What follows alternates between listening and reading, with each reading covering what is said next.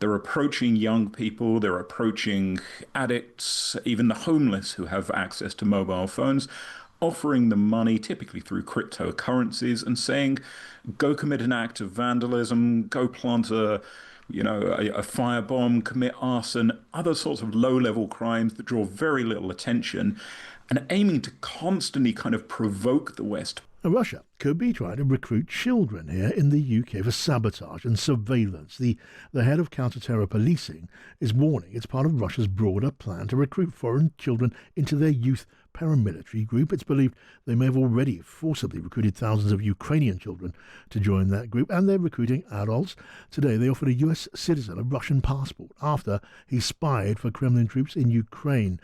We can talk to Ian Garner, who's a professor of Russian studies, war studies and propaganda at the Pilecki Institute. Welcome to you, Ian. Hi, thank you for having me. Thank you for coming. Do tell us more then about children being used by Russia to carry out crimes that are intended to destabilise our country in different ways.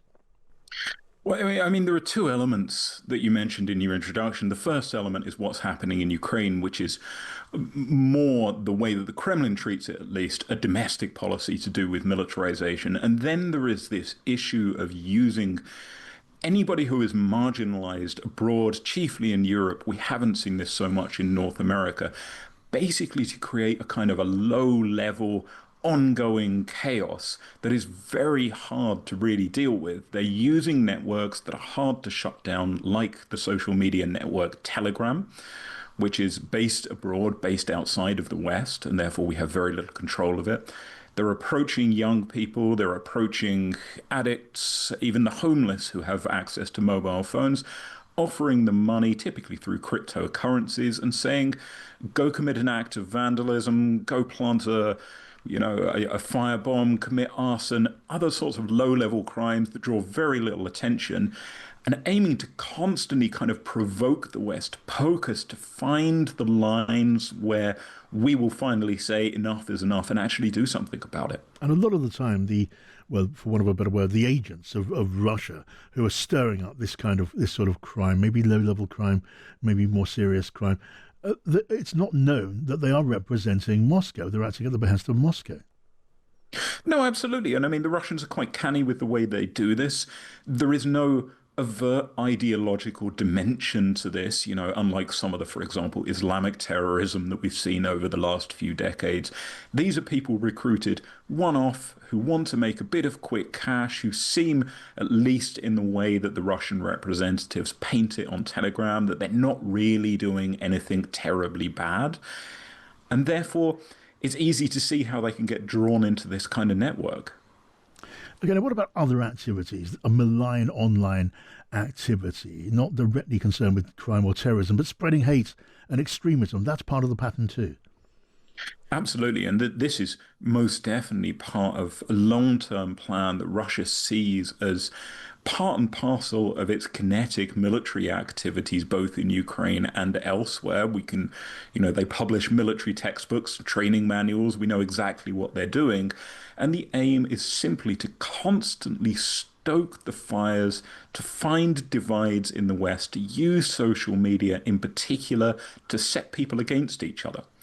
And so they are provoking the far right, they're provoking the far left, trying to find divides and just push us all further away from each other so that we end up fighting ourselves. Right, so it's a pretty widespread campaign, and against the background of other activity, online malware, online blackmail of big corporations. A lot of it can be traced to Russia.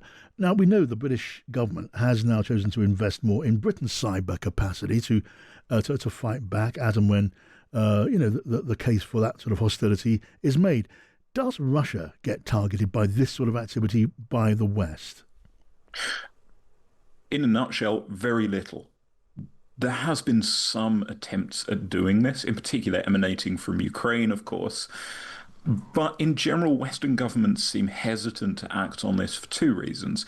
Firstly, there is a fear that if they're found to be targeting Russians, then the Russian government will take this and use this as proof for the claims that they've long been making that the CIA, MI5, MI6 are waging some kind of underhanded war against Russia, which is purportedly provoking Russia into waging war against the West and against Ukraine. It doesn't make much sense, but that's the argument.